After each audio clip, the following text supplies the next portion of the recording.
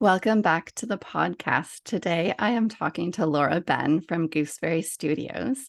Thank you, Laura, for coming on here to talk to us about how moms can become more confident on camera and how we can use photography to shift how we see ourselves, our families, and our lives. Thank you so much for having me. This is a topic I'm very, very passionate about, so I'm excited to get into it with you. And before we begin, I'm wondering if there's something that you've done this morning that has been to take care of yourself or to nourish yourself in any way. What's one thing that you've done already? Okay, I love that. Something that I've done already this morning, and it's something I do most days, is take my two dogs, my two fur monsters, out for a 20-30 minute walk, just like a leisurely sort of puttering around the neighborhood sort of walk. It is for them. They need to, go out first thing in the morning, but I find this little ritual also just helps me sort of take in my surroundings and get some fresh air and some sunshine before my day starts, which tends to be quite consumed with screens, as most of our modern day work life is. And yeah, it's just something that really, I think, sets me up for a really lovely day. I can notice the days where it's like terrible weather or something and I haven't done the walk. So that's something I've done this morning. Yeah, that sounds like a great way to start the day for you and for the dogs, for everybody. So, can you tell us a little bit about yourself and what it is that you do? Yes, absolutely. So, as you already mentioned, I am the owner of Gooseberry Studios. This is a commercial photography and brand strategy studio located in Toronto, Canada. I opened this space in 2013 with the core intention of helping entrepreneurs, build beloved brands and then fuel their own creative everyday way of life. And what that sort of means is just helping people build their ideas forward meaningfully so they can support themselves through their own creativity and then sort of feed that creativity into their personal lives as well so that they feel very satisfied and fulfilled in a lot of what they do. So we do a lot of photography and photo shoots for professional purposes and then personal moments like family photography, which is what we'll get into today.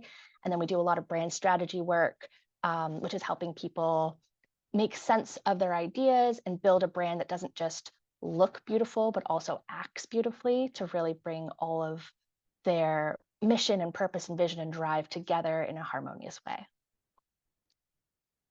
I love that. And for full disclosure, I have worked with Laura on a number of things through branding, through photography, editing of my books, and I've just loved every moment of it. Oh, thank you. And likewise, I feel like I've learned so much from you and from the projects that we've done over the years. Absolutely. Yeah, it's been a really good collaboration, I think. Definitely. So, can photography change the way that we see ourselves or how we see our kids and the relationship that we have with them? And if so, how does it do this? Or how do we do this? So I'm biased, of course, because I am a full-time photographer, but I think the answer is a resounding yes. And I think a great way to think of this is photography really commands perspective. And what I mean by that is it helps you to see yourself how other people see you, but also in ways that you perhaps regard your own inner world, but haven't necessarily fully expressed, or you don't think you're fully expressing. There's this really great YouTube video. This is a random tangent, but there's a really great YouTube video called A Normal Day by Story of This Life. And essentially, what happens in it is there's a mother and a toddler, and I think she's got a baby as well. And they just follow her throughout her day from the mom's point of view. So she's, rushing the kids out of the house to get ready for their day. She's, wrestling with the car seats. It's not going as smoothly as she'd like. They're in the grocery store, little hands are grabbing things off of shelves, and she's, trying to hardly put them back. They get home and they're having this like cake or brownies or something as a snack, and then inevitably the plate falls on the floor and it all gets squished, and she just sort of, you can see on her face that nothing is going the way she had hoped it was going to go, and she's feeling stressed and frazzled. And then this video cuts to her partner comes home and he's tucking the toddler in, for night and asking her about her day. And the toddler is saying, "Oh my gosh, we played this really fun game, and like we had to like run out of the house really fast, and mommy gave us a big kiss when she put us into our car seats, and we got to touch all the sparkly wrappers in the grocery store, and the cake went on the floor, and we got to touch all the icing with our hands and squish our hands into it. And what I love about this piece is that it really just communicates very clearly that the same thing can happen and two people can experience it completely differently. And that's what I think photography does as well. It's about helping people see and interpret something that happens to them in different ways. So I think when it comes to photographing mothers and their children, for example, some people, what the adult might see is, oh my gosh, the little one's rolling around on the grass and getting grass stains on their pants and dirt on their faces and making silly faces. Well, that might feel stressful from that perspective. From the child's perspective, they're having so much fun and they're like laughing because they're making, they think they're being funny for their parent and all that kind of stuff. So I think photography just helps connect those two perspectives in a single frame in a way so that you can see both things unfolding before you, because both things are happening at the same time.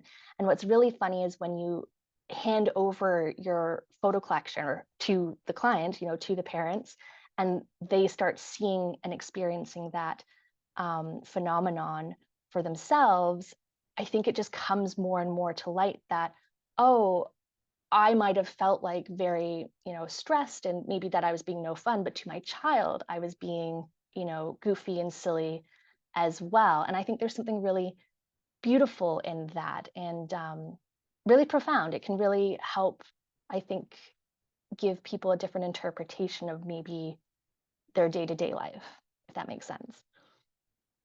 Yeah, I was just drawing on my own experience when you were talking through that. And what came to me were three different moments. One was where the kids were being quiet, and when they're quiet, messes are happening. And I walked into the room and they were slathering this neon green paint all up their arms. They were sitting on the table, everything was green. But it's one of my favorite photos. And some of my other favorite photos are ones where we're doing a photo shoot and it started pouring rain and we thought, oh, this isn't going to plan. We might as well just not do it. But we just took a few photos and we're just having so much fun and it's so real and it captured a moment, even though initially in that moment I was thinking this is almost it's not working or this is like a failure. Or when the kids are out like playing in the mud and they're just covered and it's such a disaster. And you're thinking, oh my goodness, like this is going to take so long to clean up. But the photos just show the best childhood ever. Like it's just so Yeah. I see what you're saying here that the photos really do, they give more than one perspective and they open up your perspective as a mother, don't they? Yes, absolutely. And something I say on repeat, almost at nauseum to my clients, specifically when we're talking about like lifestyle and family moment photography, is that it's not about how the photo looks, it's about how the photo feels. So you can take the most exquisite, technically perfect, everyone's in formal pressed clothing, all the faces are on the camera, everyone's smiling picture. But if that felt very stressful in the moment to put together, that's what specifically the children will take. They'll look back on that photo as a grown up and be like, oh my gosh, remember that day when like mom and dad were being, you know, outrageous, or our parents were just, being very, very meticulous about everything. Whereas the photos where, for instance, with your kids and, the paint everyone stuff, they'll look back on that and be like, oh my gosh, do you remember how much fun that was? So I think it's really important to pack into your framing in a photo session, be that with a professional or, just with your own phone camera, to focus on the fun. It's not about making it this flawless, you know, thing to look at. It's about making it this really gorgeous experience that felt so fun and good to sink into. Yeah, so we want to move away from thinking that photos have to be that picture perfect and that we have to look perfect in them. Is that right? I mean, personally, I think so. It's there's a lot of pressure put on aesthetic, your personal aesthetic. How do you look specifically as women too? It's something that I think a lot of us wrestle with and struggle with.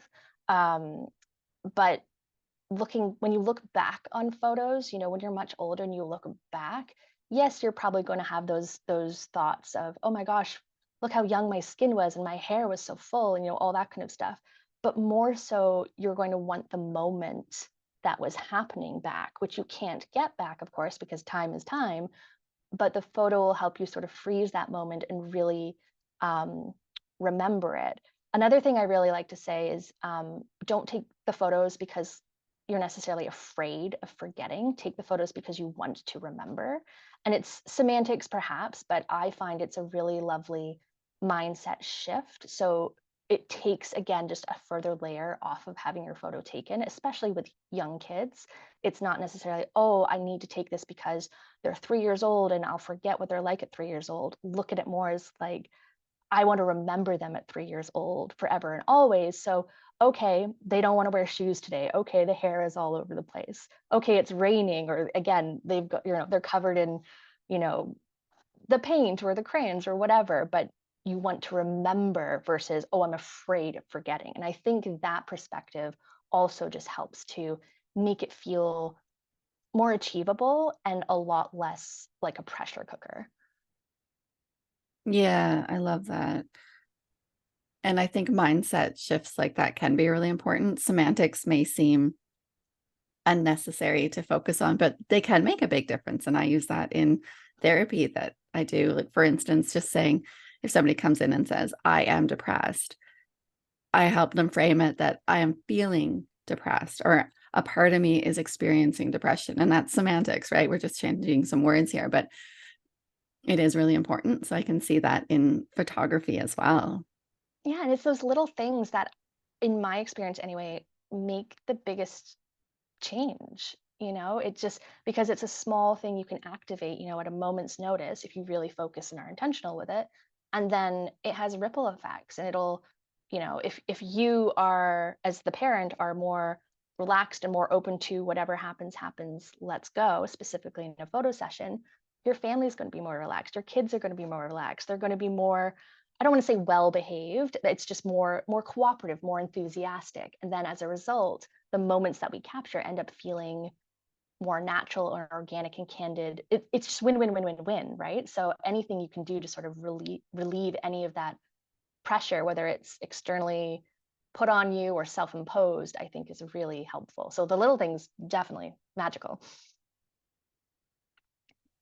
Yeah. And are there other things that we can do to be more relaxed if we're getting our photos taken, or if we're taking the photos? Is there anything that moms can do to just be a bit more comfortable in their photos?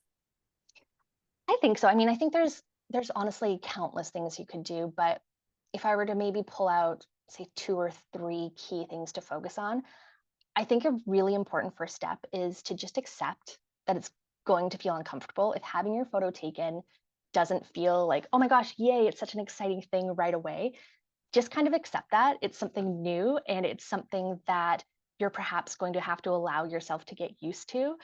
It's kind of just like we might feel awkward trying something new or trying to get back into something we used to do, like running or a dance class, or oh, we used to swim all the time in high school, but we haven't been in a pool in 10 years or whatever. We need to know that going into something new and fresh, we're not necessarily going to feel excellent about it right away. We'll warm up to it. And once we start doing it more and more and more, will kind of naturally fall into it, become more of a rhythm versus this thing that we have to overcome every single time. Another thing I really like to recommend to clients is, and this is going to sound a little bit wacky, but I do find it really helps. If you don't like having your photo taken, which again is something, and I'm not immune to this. I mean, I think it's something that happens to the majority of adults. Even though you really try, you'll sometimes see a photo back of yourself and have this like this like really tense reaction. So something that I find really helps to just break that down is to spend some time looking at yourself, like really looking at yourself. And this can be just 5 minutes looking at yourself in a mirror, studying your face, making all sorts of different facial expressions, all sorts of different angles. If you're feeling very, very brave, you can do this in front of a full body mirror, and you could be, totally in the buff and just really look at your body and take it in, because there's something to be said for replacing the images that we carry around in our brain, which is usually fed to us from, mainstream media and, all these sort of shiny, glossy Hollywood images or whatever. There's something to be said for replacing those images with images that are true to you and that are actually what you look like, and from all these different angles. Because again, if you're stressing about having your picture taken and you want it to be quote unquote perfect, that implies that it's going to be this one angle from this one perspective, from this one, you know, direction all the time, when you're actually a 360-degree being. You're moving through the world and people are seeing you in all these different ways all the time. So, okay, this sounds weird, but let me break it down a little further. So, an example from myself is I used to really slip into thinking that I looked like Anne Hathaway. And so I carried that assumption around in my head all the time. I love The Devil Wears Prada. I was like, oh my gosh, I'm like Andy, just like running around New York in my, brightly colored coat and whatever. So then when I would see a reflection of myself in like a window or a car or whatever, I would be shocked because of course I'm not Anne Hathaway. I look nothing like her. It's not true at all. So then my inner dialogue would switch over into like, oh my gosh, I look awful today. Like, what is happening? And this and this and this and this. But none of that's true. What's true is that the expectations of myself aren't actually true to who I actually am. So the sensation is kind of like, if you're handed a glass and you thought it was apple juice and you take a big giant gulp and you're all excited for it, only to realize it's white wine. You're not necessarily not liking white wine. You don't think white wine's bad. It's just you were expecting something else and you were really caught off guard. And so this, I think, kind of happens with us in a visual sense too. If you spend some time then really looking at yourself, that can be empowering because you teach your eyes to be kind to what you're seeing. And then it helps to also reduce the power that these expectations we've absorbed from media and magazines and whatever, to reduce the power that those things hold over us. So I think that would be my second recommendation. And then a third thing, which is much simpler to do, because believe me, I understand unpacking that inner dialogue and how you're seeing yourself to yourself, it can take a while. It is a process. But the third thing you can do, and you can start this immediately, and it can make a really, really big difference, is finding your style, finding something that's very signature to you. And I'm talking specifically clothing and wardrobe here, something that you feel great wearing, something that makes you feel like $1,000,000. You don't have to go on a giant shopping spree for this. Absolutely not. It's rather about choosing a few pieces that you feel just incredible in.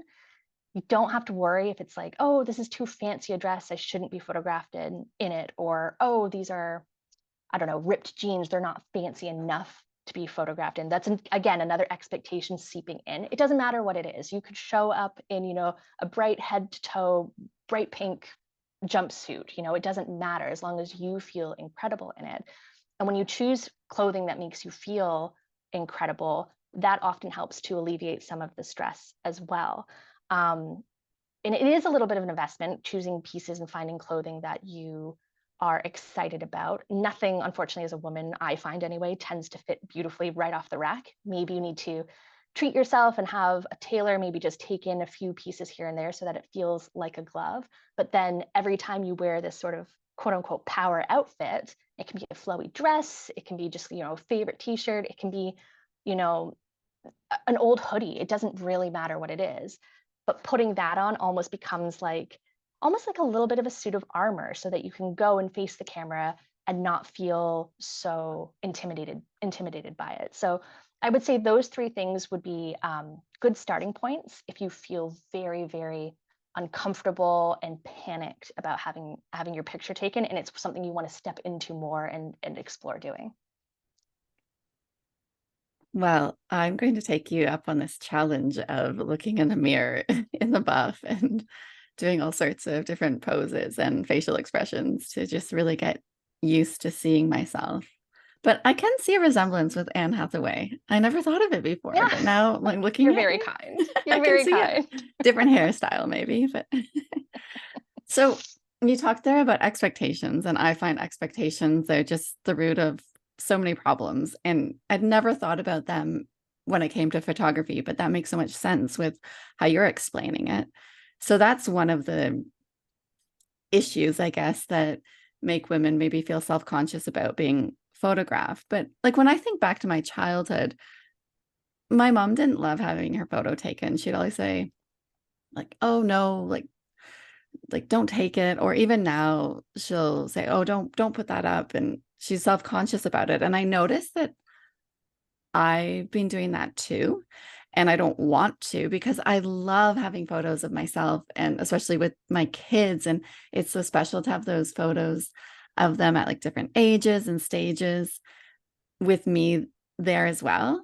Like I love those photos because it's us Yeah. together experiencing life. And like, why is it so common that women just don't want to be in photos? And I don't think it's that we don't want to be, but yeah, that we don't feel comfortable. Like these are such great things that you told us here that we can do to feel more comfortable. But why do we feel this way? Like, I don't think my husband feels this way. No, I know, and it's honestly that's it's such a massive question, and honestly, it's one I could talk about till the end of time. I think because I think unfortunately there's so many reasons for it, and that thing you just said about your mom sort of shying away from the camera, and you remember that from being a little girl growing up. I definitely had that too, and I think we see that a lot. And it's not just women of their generation. We see it so much in women of our generation, women in their 30s.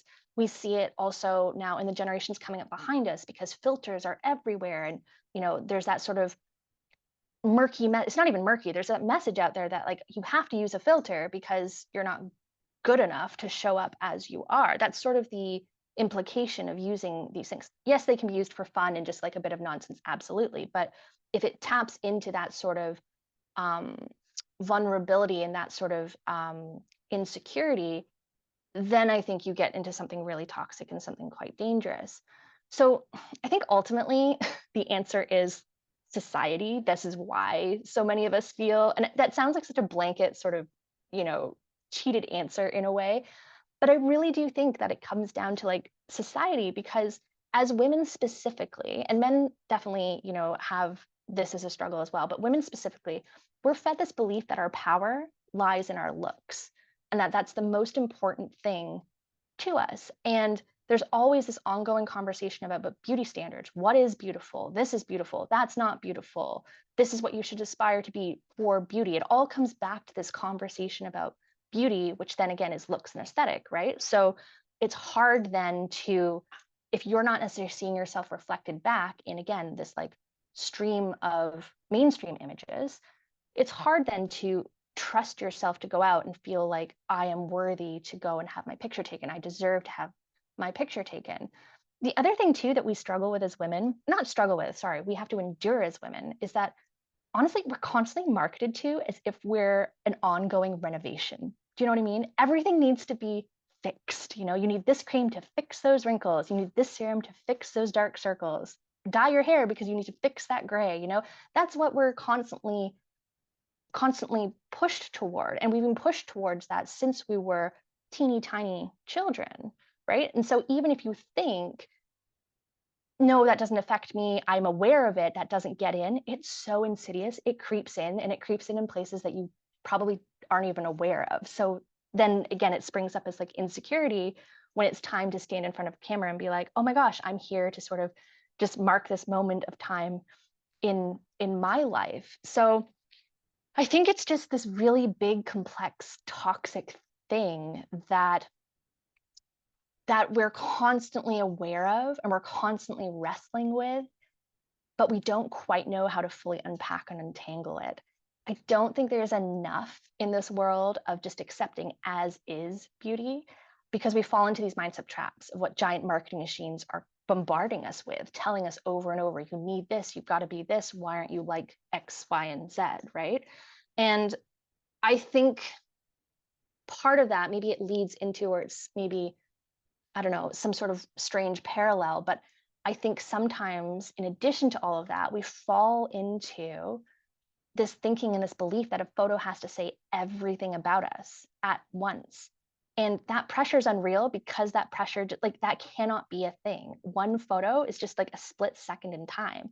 And as women specifically, as people, as human beings, we are multifaceted. We have layers and layers of depth to us. We're again these 360-degree creatures that move and bob around the world. So expecting a photo to sort of say everything about you at the same time makes it feel then like this giant, impossible homework task. And then it's not fun instead of just being like, I'm going to go and have my picture taken today. And yeah, I'm feeling a bit tired. And yeah, I'm feeling a little bit, maybe not camera ready, quote unquote, whatever that means. But I'm going to do it and I'm going to show up for the photo anyway, because this is my moment in time. It's a moment in time of my life. And my life is going to have many different moments. Let's see if we can capture a bunch of them. Because again, you're going to perhaps not, like, you're going to want to remember them, maybe more so than you realize right now. So that is a very long rant. I'm sorry. As I say, I could talk about it for ages, but I think it's the insecurity piece is just, we all deal with it. It's all embedded in us. And it's something that I think you can overcome, but it just has to start with baby steps, especially if you're wanting to show up in your photos more. Sorry, it's my dog shaking. Show up in your photos more and have more family memories captured on film. Yeah, it is. It's a lot. I think you're right that it does come back to society and what we're told as women.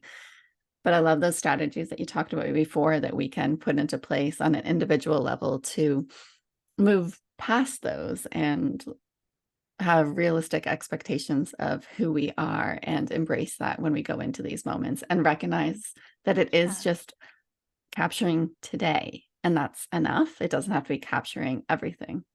Exactly. And I wonder if you've ever wondered this also, but going back to the piece about, our mothers and women of that generation shying away from the camera, would we have developed differently? And this is not to shame them or put any, expectation on them, but would we have developed differently if when the camera came out and it was like, oh, a snap on Christmas morning or a snap at, the family barbecue, if that shyness of ducking out of the frame, of saying, oh, I need to lose 10 pounds or I need to do this or my hair's not good enough, if that hadn't happened, would we have felt more comfortable as young women coming up to feel like we deserve to be documented and take up space? And here we are, and this is our moment in our personal history.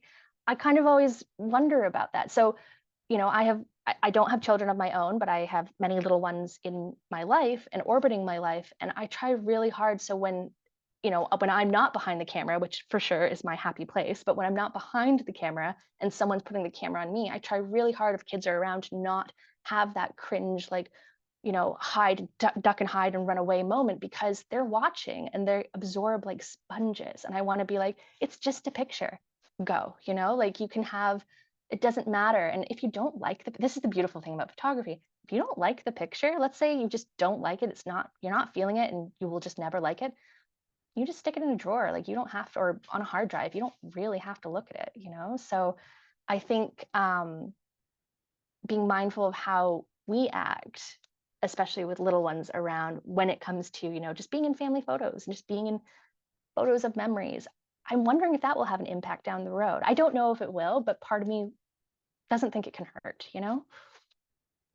Yeah, and I think what we do, our kids notice. We are their biggest role models, especially when they're little. They notice everything that we do. And so I think it does have an impact. I think one thing growing up, it was just on a practical level too, that my mom was the one who would take the pictures. So she often wasn't in them. So, and I noticed that happening for myself too. So what do we do? Like we have endless pictures of our kids on our phones or our cameras, but how do we get ourselves in these photos with our kids? Because I try to take selfies, but they always just end up being like me sitting on the couch with my kids and not capturing all the other really fun things that we do. Yeah, and that's a great point too, because and that is a thing. That's a documented thing where typically speaking, mothers are the person in the family unit who takes the majority of the family pictures. And then as exactly as you're saying, when she's behind the camera, she can't be in front of the camera. So then it becomes this like strange catch 22 situation, right? One of the easiest places to start with that is to ask your partner, or if you don't have a partner, ask a friend or a family member to take photos of you while you're playing with your kids so that you can stay in the moment and then you can have that moment with your children captured. And it again, it doesn't necessarily have to be like a planned, oh my gosh, now we're having a photo shoot with our phones today. It can be if you're picking up your kids from, let's say, the babysitter, and if it's not an imposition, just be like, oh, would you mind I'm just gonna like chase them around the yard or have a big hug and a squish. Could you just snap a few photos with my phone? Just throw them the phone. Everybody knows how to like click the phone camera, which is nice. We're not dealing with like a big beefy DSLR, which needs some technical expertise to operate. And then it's just, again, those split moments that maybe you start collecting. You can also ask a stranger if, again, if you're comfortable while you're out and about. Let's say you're at the park with your kids and you're just, having a bit of time, and there's all sorts of other parents there who are also just having a time with their children. Just ask one of them. Chances are you're likely chatting and just having some small talk anyway. And just be, oh, would you mind just grabbing a couple of photos while I push, little Bobby on the swing or whatever? I think that goes a long way, because it's just little snippets of your everyday life, which are the things that you're going to want to remember. Um, Another thing you can do is set up a timer on your phone. All the phones have these now. So pop your phone up on a tripod. Make sure it's vertical, like 90 degrees, just so you don't have like a weird curve or anything happening in the image. If you don't have a tripod, you can just set it on a level surface, like a stack of books, a counter blocked up against something, anything like that. And then again, you maybe have to run back and forth a little bit with the timer, but scoop up your kid and run in front of it, and then let the timer go off, and then you just have a silly photo. You don't have to be looking at the camera to like smile at it and have your face straight on. It can just be a moment. Another incredible feature that a lot of these new phones have, actually, even my phone has it. My phone is like coming up on being almost a decade old, is they have a voice command prompt in the camera function. So, for example, on my phone, if I have this voice command turned on in the settings, if I say cheese, it'll take a picture. So I don't have to be pushing a button. So if you can set that up, again, figure out like where the camera is looking, what the framing is, set it up with this voice command on, and then go and sit on the floor in front of it and like have your kids, make it a game, have your kids, have to come and try to push you over or come and tickle you or something. And then just take turns yelling 1, 2, 3, cheese, cheese, cheese, like over and over again, or whatever the voice command is. And then again, you can kind of get these like, it's like an interval timer almost. You get all these little snapshots, and then you just go through, scroll, pick your favorites, and delete the ones that perhaps, aren't your favorites. And then of course, you could always, if none of those are feeling very achievable or just too much work or anything like that, you can always book a session with a professional photographer like myself. And this is not an upsell, I swear. I do understand fully that booking a professional photographer, it can be a big investment.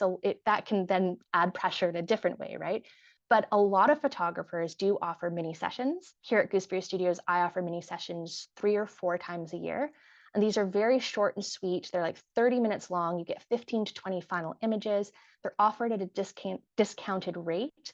And then the beauty of these is that it lets families keep their photos up to date in an affordable way. And what's really fun with minis, if you find a photographer you love working with, let's say you go back to them every year, once a year, every fall, for instance. I have families who come to me every fall, and I've been photographing their kids since they were a baby, and now their kid is like 10 years old. So it's even just once a year, these photos are updated in a professional way, but it gives the mom or the, lead parent, or is that the right term, lead parent? What's the primary parent? That's what I'm thinking. Sorry, terminology.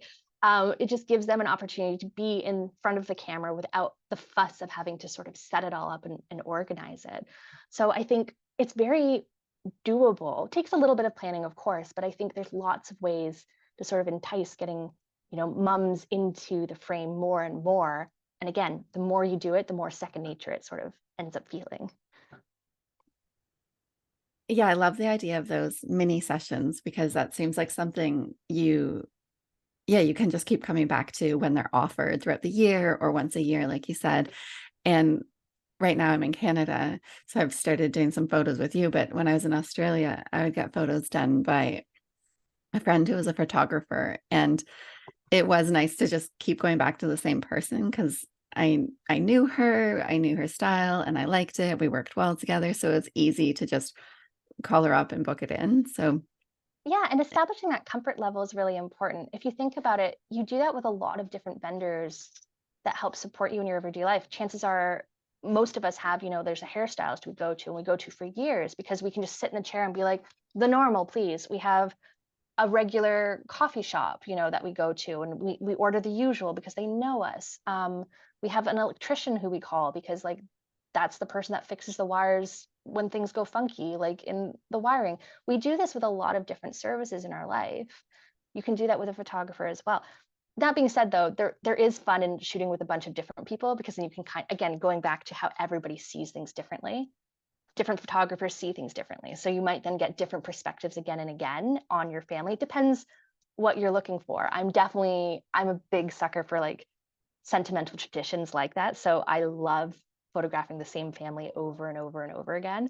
But that might not be to your taste or your style. So yeah, there's just lots of fun options, and it doesn't have to be as intimidating as it perhaps feels. Yeah. Yeah, I like having that. I think for me, having the consistency makes me actually get the photos done more often, but I do understand having the excitement of having different photographers and experiencing different views and perspectives. But I do love having photos back from the photographer, but I do really struggle to book them in, even if I know you and I've worked with you, and yet to book it in, I just don't. Like I wait so many months or years before I get photos done, even though I love having the photos. Do you have any other suggestions other than having those, like attending those mini sessions that are scheduled throughout the year? How can we actually show up to having our photos taken and prioritize that? Yeah, and that's another great question, because it's like anything. I really do think you make time. It's such a cliche saying, but I do think there's some weight to it. You make time for the things you really care about and that feel good to do. So I think if scheduling time for photos, be that with a professional photographer, be that with a friend and their camera, be that with, your family members and the phones, um, it's, I think, first of all, really important to examine why it doesn't happen a lot. And I think that perhaps goes back, not necessarily you specifically, but broadly speaking, I think that perhaps goes back to just not feeling comfortable on camera, not feeling confident, and maybe getting swept up again in this belief of it has to be super glamorous, everything has to be perfect, the outfits have to match, the makeup and hair have to be beautifully done, which it doesn't. Because again, I shoot so many families, and I have done for coming up on 10 years now. And the dads never show up necessarily. And I don't mean never, but like the dads just show up kind of like as they are, and it looks beautiful, and they just, throw their kids around and play the helicopter game, and it's beautiful. So not to say don't wear makeup and don't get your hair done if that makes you feel genuinely great, and if you love doing those things. If you hate having your hair done, if you despise wearing makeup, don't feel like you can't have your picture taken just because those two elements aren't in play. You can just show up, and it's your photographer's job to, find the lighting and the angles and shoot in a way that makes you feel really beautiful, and really not even beautiful, but just really comfortable and really in the moment and present and fun. Um, Now, if you do want to do like a professional shoot and have it be like just a little more polished, and you just want some help preparing so it doesn't feel like such a production, there's a lot you can do with that too. First and foremost, find a photographer who you're super comfortable with, kind of what we were just chatting about. Review their portfolio, read some testimonials. I even suggest requesting like a quick phone call, like an info call with them, just to make sure you guys click, and to make sure that you feel informed and comfortable about how they work and their approach. Because having your photo taken, it is an intimate experience, and you do want to feel comfortable, as comfortable as you can. So I think those things really help. And one more point about picking the photographer: make sure you choose someone who has experience working with children as well, because it is a very specific approach, and you want someone who is very good at talking to children as children, not necessarily barking orders at them, getting stressed out, getting frustrated because they're not getting like the shot or whatever. You want someone who is very open and playful, and just, again, knows what they're doing in terms of wrangling small ones who perhaps aren't going to, follow direction as well as an adult will. Um, Another thing you can do is, if you're choosing what to wear for your photo shoot, try all the clothes on before your session. Don't just order a bunch of new stuff and then hope it fits, because it'll never fit how you want it to fit. It'll be itchy, like something will happen, and then you won't feel, all you'll think about is like, oh my gosh, my arms are so itchy in this like new blouse that I got or whatever. So try all your clothes on in advance. Make sure that you can move in them. Make sure you're comfortable in them. Make sure your kids are comfortable in them. I would suggest putting children in clothing that it doesn't matter if it gets a little mucky, just in case, because you never know quite know what's going to happen. So maybe don't put them in the most valuable piece of clothing you own. Put them in something that they can play and run around in and feel not restrained by. Another thing you could do is have a little dress rehearsal with kiddos. So if they've never had their picture taken with a photographer before, you can kind of play photo shoot at home a little bit, not necessarily making them like pose or anything like this, but like just, oh, let them know what to expect. This might happen and this is going to happen and it's going to be this much time. And maybe afterwards we'll go to the park or we'll go get ice cream, give them something to focus on after the fact, just in case they don't love it or something like that happens. And I think, I don't know, I think maybe ultimately if you're feeling nervous about it, if that's why the photos don't get scheduled, if that's why they don't happen more and more, just really work on that piece of telling yourself that it's just a moment in time. Like you're just capturing this moment in time. You're going to want these photos one day when you're 80 and looking back on your life. You're going to want to remember what it was like to be a young mother or a mother of teenagers or, whatever your situation is. And I do find we look back on ourselves with a lot more kindness than we do in the moment. I definitely had this experience. I remember sending my friend, this was like maybe 7 years ago ish. I sent my friend when jumpsuits were coming in, they were all the fashion and all the rage. I was trying jumpsuits on just in a change room at a store. And I remember sending my friend like just texts or pictures of like selfie mirror shots and just sending her them being like, oh, all I could look at was my thighs. It's all I saw, honestly. And I was just like, oh my gosh, it doesn't suit me. It's not like why I should lose some weight, blah, blah, blah. Again, young in my 20s and just sort of like having that negative inner dialogue going over and over in my head. And that's all I could fixate on. I still have those photos. They're just stupid little photos on my phone. And now I look back on them 7 years, 8 years, whatever it is later. And I look back and I'm like, what were you worried about? Look at you. So again, even if you're not necessarily feeling it in the moment, your older, wiser, more compassionate self will look back and just be like blown away that she has that moment in time to remember. So if you can, try and slip into that mindset of like, maybe I'm not doing this for myself right now, but like older, wiser, 80-something-year-old me will really want this one day. I'll want proof that my life happened. I'll want proof that I had so much fun with my family and they were running around wild and, like you were saying, covered in paint and all that. Like you're going to maybe want to remember that stuff. So I think those could be some places to start. Yeah. Yeah, I love that mindset shift of looking back. And I think about that because I didn't get any pregnancy photos done or newborn photos done with my kids. And like I had a friend just take a couple photos and so I've got a few random photos of me being pregnant, but you can't go back. You can't go back to that moment and take those photos. And down the road, you're probably going to wish that you had some of them. Yeah, and it's really hard as well because especially, with the maternity and the newborn component when we're talking about photography, that is a very challenging part of life, right? Because photography, your body is not your own, or not photography, sorry, pregnancy, your body is not your own. It's changing shape. Everything is new and wild and unexpected. And then with the newborn, you have just brought a human into the world. Like you're tired. Again, everything is new. It's like a bombshell went off in beautiful, but also like wow ways, right? Like everything is changing. So don't be too hard.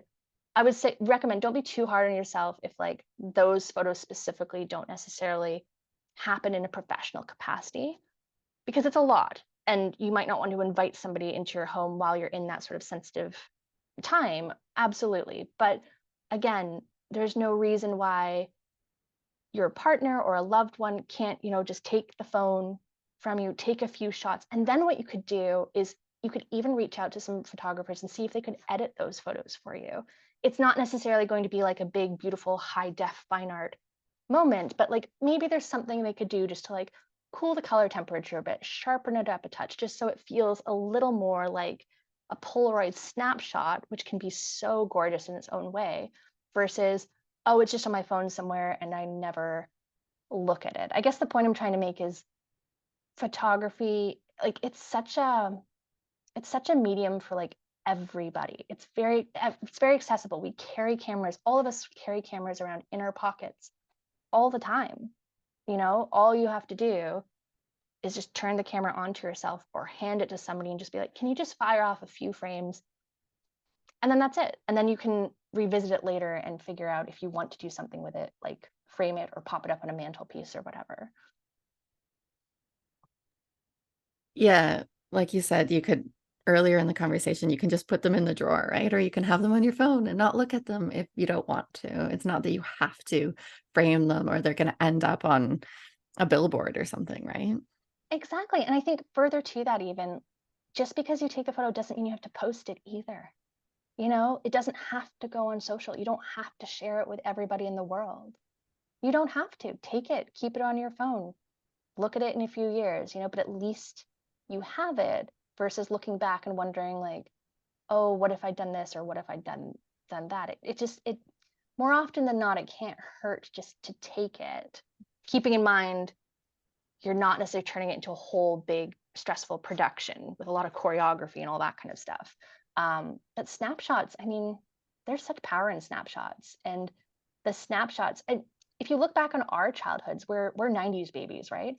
There was no digital photography. You got the disposable camera film, and the parents took pictures, and you kind of hoped they turned out, right? So it's like we don't necessarily have these huge, big archives. They took a lot of pictures, perhaps, but not to the volume that we take pictures today. So you don't need to necessarily have thousands. You just need one or two from a moment that you're like, this is quite nice. Yeah, I might want this one day? Yeah.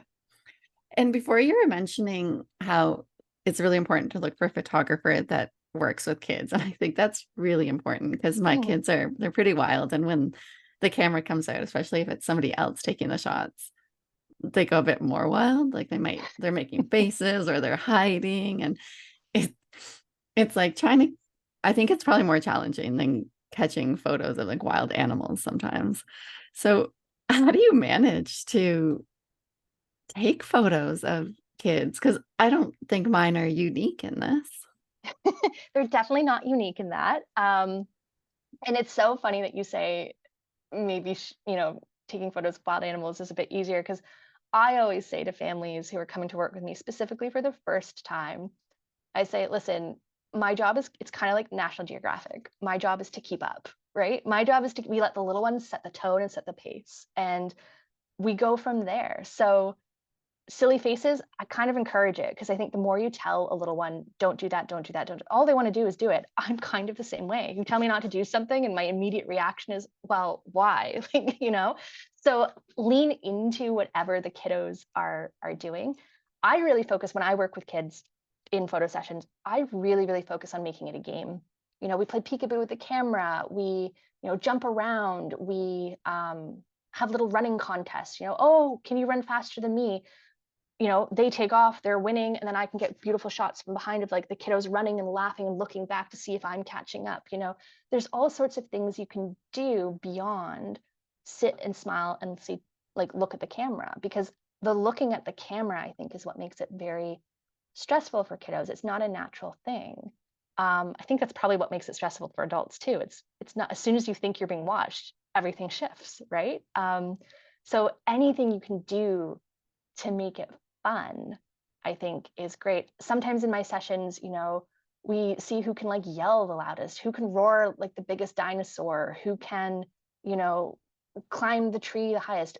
Lean into this stuff, make it like become almost like a playmate where you're just having like lots of fun. Because then, for instance, let's see who can jump the highest. They jump and jump and jump, and I'm taking pictures of the jumping. And if I go like, okay, and now freeze, and they'll freeze, there's your split second of looking at the camera. And then we go back into like the jumping, running, twirling, whatever.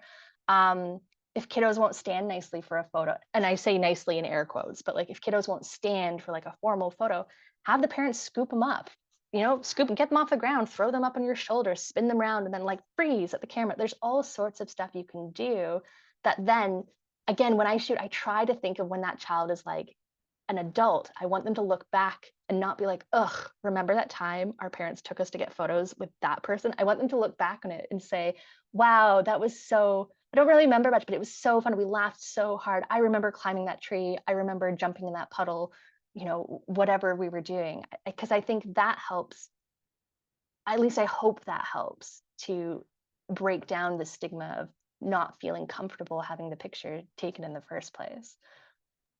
Yeah, that's helping right from the beginning of their lives, normalizing that getting your photos done can be a really fun experience. And I love all those techniques. I've done Yeah, and photos with you just myself, but I'm so excited to get photos done with the kids because, yeah, they're going to love it. It's going to be a lot of fun. it's gonna be a lot of energy, and it's gonna be a lot of fun. And I think another thing to keep in mind as we're making it games for the kids, like get the parents involved in that game. Mom and dad are sitting here, who can sneak up behind them and like scare them the most? The parents, your grown-ups are sitting over here on the beach, who can, um, tickle them the most, or oh, they're going to get you. And again, I think if you go into your photo session not thinking the family photo has to be all the faces looking at the camera every single frame, if you lean into the candids, it's more like then your photography collection becomes someone witnessed the moment versus like manufacturing the moment. So, and I think that is more fun to look back on as a memory too. But Well, again, I'm biased for sure, but I think it's more fun. yeah, it's more real. I kind of don't like those photos where everybody's just standing straight, looking straight at the camera and nothing's happening. Like they're fine, but it's so much better when you're capturing something real that's happening and that there's some emotion in it, not just these fake smiles. And Yeah. And like the big silly faces and stuff, honestly, let them make them, because they will hit an age where all of a sudden they don't want to make a silly face ever. And you'll be like, remember when you used to always do this fish face or this stick your tongue out or whatever? They will hit an age where they're like, no, we're not doing that anymore. And then you'll be, oh, we missed it. Right. So I think, and again, it's up to your photographer to make sure you get the balance. So you get all the silliness, the fun, and the big energy. And then it's their job to National Geographic and get those split seconds where the face is on. So you can see that. You don't necessarily want your entire family history to be like, we never see a face ever, because you need both. You need both. Um, but again, working with somebody who works with kids, I think, and is familiar with that and brings a really nice energy. And that might not be your style either. My approach that that's how I work. That might not be your family style, in which case that's why you interview the photographer before you book them. Maybe you need someone who's very, very, calm and is a little more posy. Your kids better than everyone. So you'll find the person, just like when you choose a teacher for them or a soccer coach or anything like that, you'll find the right person for your family. yeah. So before we wrap up, is there anything that you wanted to talk about here that I haven't asked? Oh my goodness. Um, I think, I don't know. No, I don't think so. I think only to say that, just to reiterate, I guess, that photography, family photography specifically, like it's such a great accessible medium, and it just can help you witness your own life. It's really important to see ourselves. It's really important to see ourselves as individuals, as part of bigger family units. And I think photography really helps us to bear witness to our own story and our own history as it unfolds in the moment. I guess if I wanted, I guess to add, okay, I maybe have one little thing to add. I know we're talking about, this conversation is a lot about how to get, mothers to feel more confident and excited to be in the family photo. I think it's worth noting as well that just because you're a parent doesn't mean then all your photos have to be with the family unit. I think there is something for maybe stepping out into a little bit of self-portraiture. Take photos just of you doing your interests, your hobbies, that self-timer trick that I mentioned with the voice command. If you love cooking or something, just take some photos of you around your day-to-day life, just as you are. Maybe you're on the beach or something. Get a great shot of you reading a book on the beach or whatever, because the family is really important. Getting you in there with the kids is really important. But I do think, again, when you're that 80-something-year-old woman, you're going to want to look back and revisit the young woman who you were. Your kids, when they're grown up, they're going to want to say, wow, look at mom when she was, our age, stuff like that. I think there is some magic in that as well. And kind of like how moms tend to always be the ones taking the pictures of the family. And then it's great. We want them to come into the family picture. Of course, that's such an important step to make. I think there's one step further to take too. I think celebrating yourself as the woman you are, be that as the mother or just as your individual self, I think there's some power in that too. So I would encourage people to maybe start just experimenting there as well. It's something you can do, again, just with a phone camera at home. And once you kind of build your muscle up a little bit in terms of like, oh, it's feeling weird. Once you kind of get used to it and get into it, it's super fun. You don't have to show those pictures to anyone. You can just keep them for you. And then, one day the family will find them in the attic or wherever photos will be stored in the future. And that could be kind of a cool discovery. Yeah, up in the cloud somewhere, whatever Oh, cloud yes, it is. the cloud. Yeah, we'll have like our own planet just for, digital hard drives, I'm sure. Yeah. Well, that's a beautiful way to end the conversation. Thank you so much, Laura, for being here and to talk to us all about this. You've definitely motivated me to change my mindset around photography and be a lot more excited about it. So Thank before you. we let you go, can you just let us know where we can find you on social media or your website? What are the best places? Yes, absolutely. So first of all, just thank you for having me. This has been such a treat, and honestly, it's a topic I feel very, very passionately about. So I'm so happy we could just ramble on about it for a little bit, and I hope it was useful. But thank you so much for having me on your podcast.